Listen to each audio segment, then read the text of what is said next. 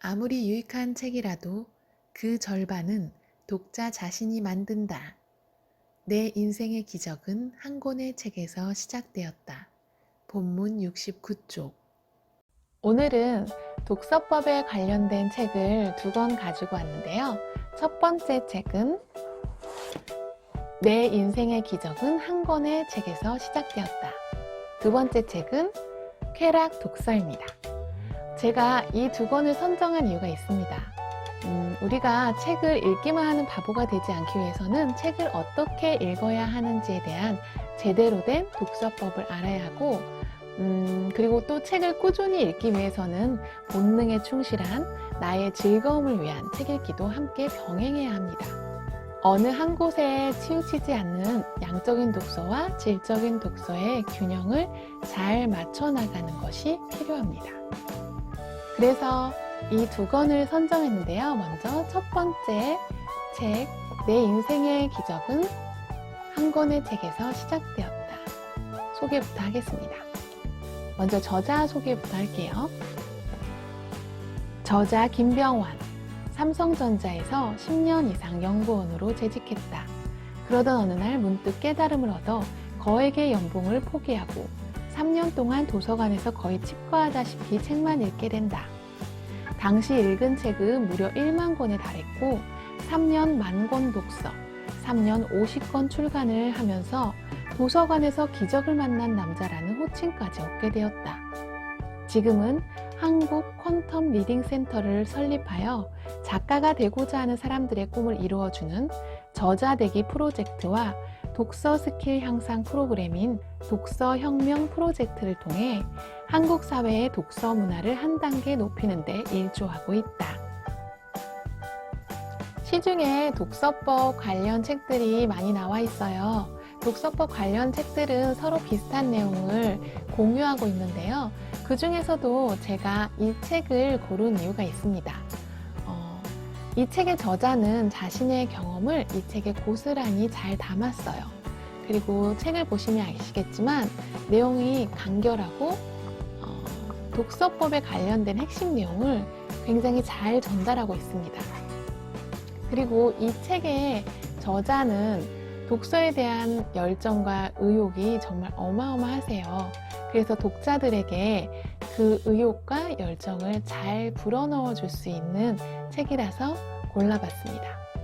독서법에 관한 책을 몇 권 더 읽으시면 독서법에 대해서 좀 더 정확하게 파악하실 수 있으실 거예요. 제가 읽었던 독서법 관련 책들을 몇 권 소개해 드릴 테니까 한번 읽어보세요. 교양인의 행복한 책 읽기, 독서의 즐거움, 저자 정재원. 이 책에는 책을 고르는 방법과 방향을 제시해 주는데요. 저자가 읽었던 책들 중에서 좋은 책들을 많이 추천해 주고 있어요. 꼬리에 꼬리를 무는 책 읽기에 도움이 될 것 같습니다. 두 번째 책은 독서 자본, 저자 이상민. 이 책은 독서 초보자들 뿐만 아니라 독서 고수들에게도 조언을 아끼지 않는 책이에요. 좀 더 깊이 있는 책 읽기를 하시고 싶은 분들은 한번 읽어보시면 좋을 것 같아요. 다음 책은 독서의 신, 저자 마소카 세이코. 이 책은 창조적 책 읽기, 다독수리 다비다의 개정판인데요. 이 책에는 독서의 신인 저자가 그동안 읽어왔던 독서 경험을 바탕으로 독서란 무엇이며 독서를 어떻게 해나가는지에 대한 저자의 방법이 소개되어 있습니다. 세 권 다 제가 별점 5점을 준 책이에요. 수영법을 배운 사람과 배우지 않은 사람에게는 큰 차이점이 있는데요. 수영법을 배우지 않은 사람은 언제나 자신만의 영법으로 제한적인 거리만 이동하게 됩니다. 하지만 수영법을 배운 사람은 더 깊이, 더 멀리 자신이 설정한 목표까지 빠른 시간 안에 도달할 수 있습니다.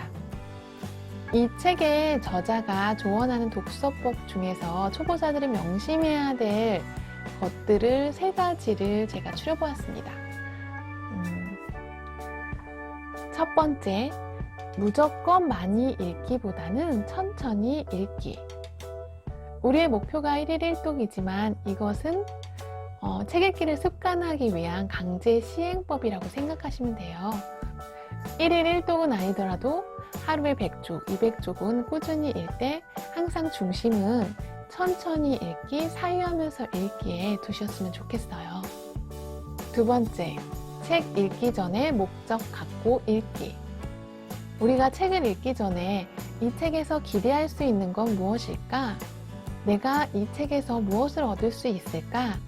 라는 생각을 유념해 두시고 읽었으면 좋겠어요. 우리가 신발을 사러 나가면 길거리에 지나가는 수많은 사람들의 신발만 보이잖아요.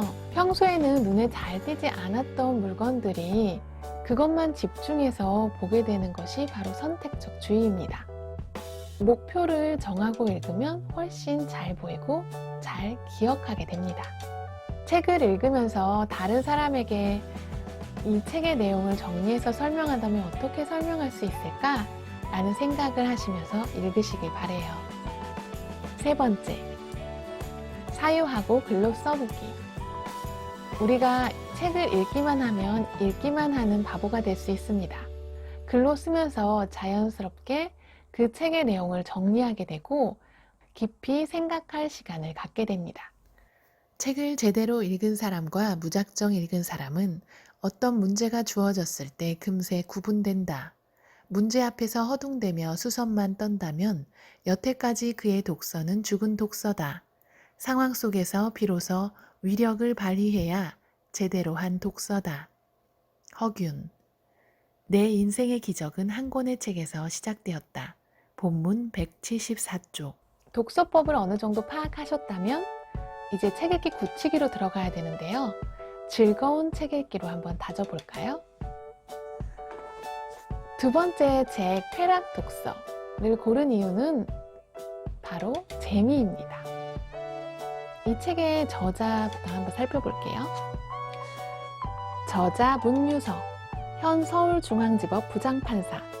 소년 시절 좋아하는 책과 음악만 잔뜩 쌓아놓고 홀로 섬에서 살고 싶다고 생각할 정도로 책 읽기를 좋아했다. 1997년부터 판사로 일했으며 판사의 일을 통해 비로소 사람과 세상을 배우고 있다고 여긴다. 책벌레 기질 탓인지 글쓰기를 좋아해 다양한 재판 경험과 그때 느끼고 생각한 것들을 틈나는 대로 글로 쓰고 있다. 지은 책으로는 개인주의자 선언, 미스 함무라비, 판사 유감 등이 있다. 이 책의 저자는 정말 책 덕후세요. 저도 아무 일도 안 하고 정말 책만 읽고 싶거든요. 그 말이 너무 공감이 되네요. 제가 이 저자의 책을 개인주의자 선언을 읽어봤어요. 쾌락 독서와 개인주의자 선언은 사뭇 느낌이 좀 다른데요. 쾌락 독서는 카페에서 친구와 웃으면서 막 수다던 그런 느낌이라면 개인주의자 선언은 공식적인 모임에서 사적인 이야기를 아주 조심스럽게 하지만 솔직하게 한 느낌이었어요. 개인주의자 선언이 더 공식적이고 좀 진지한 느낌이랄까요? 궁금하신 분은 한번 읽어보시길 권해드려요. 저는 이 책을 굉장히 재밌게 읽었는데요. 이 책의 매력은 뭘까 하고 한번 생각해 봤어요. 첫 번째는 저자가 가진 반전의 매력인 것 같아요. 제가 생각하는 판사의 이미지는 뭔가 근엄하고 진지하고 이런 이미지인데 이 글에서 느껴지는 저자의 이미지는 깨알개그로 웃기고 솔직하고 개인주의적이고 수다스러워요. 두 번째는 한바탕 수다를 떤 기분이 든다는 거예요. 저자는 서문에서 책은 언제나 한바탕 수다 떨고 싶어지는 주제다라고 이미 선포를 했는데요. 관심사가 같은 사람을 만나면 시간 가는 줄 모르고 수다를 떨면서 스트레스가 풀리고 마음이 한결 가벼워지잖아요. 이 책이 바로 그런 친구가 되어주더라고요. 그리고 세 번째 매력은 솔직함이었어요. 저자는 자신의 즐거움을 위해 쓴 책이라고 밝히고 있고요.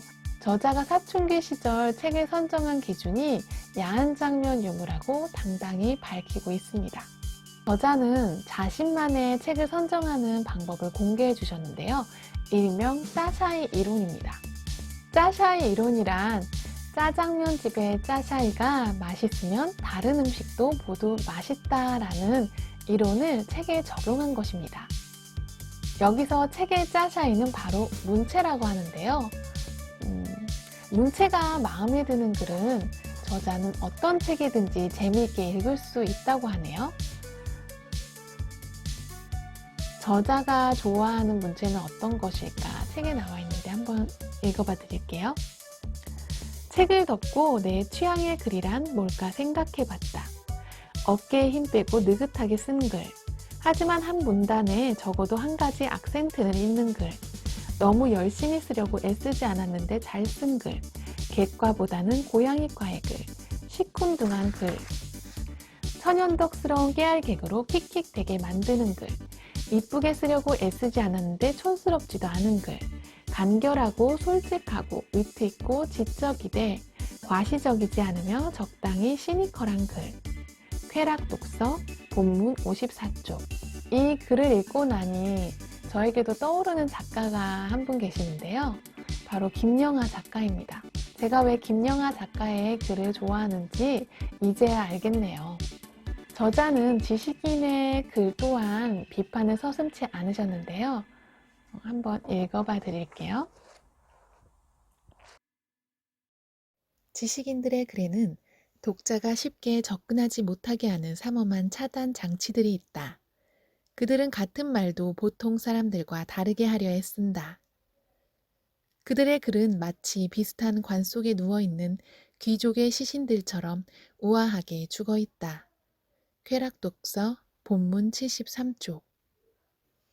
죽은 글쓰기를 위한 두 번째 원칙 역시 인용에 해당한다. 내가 뭔 소리를 하고 있는지 적들에게 알리지 말라. 쾌락 독서 본문 75쪽.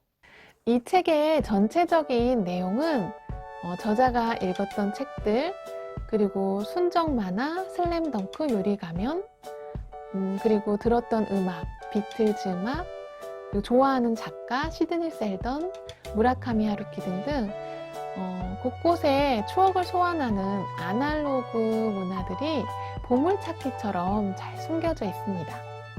그래서 아날로그 문화를 경험한 세대들은 아마 이 책을 읽고 공감이 많이 되고 그리고 재미와 감동을 느끼실 수 있으실 거예요.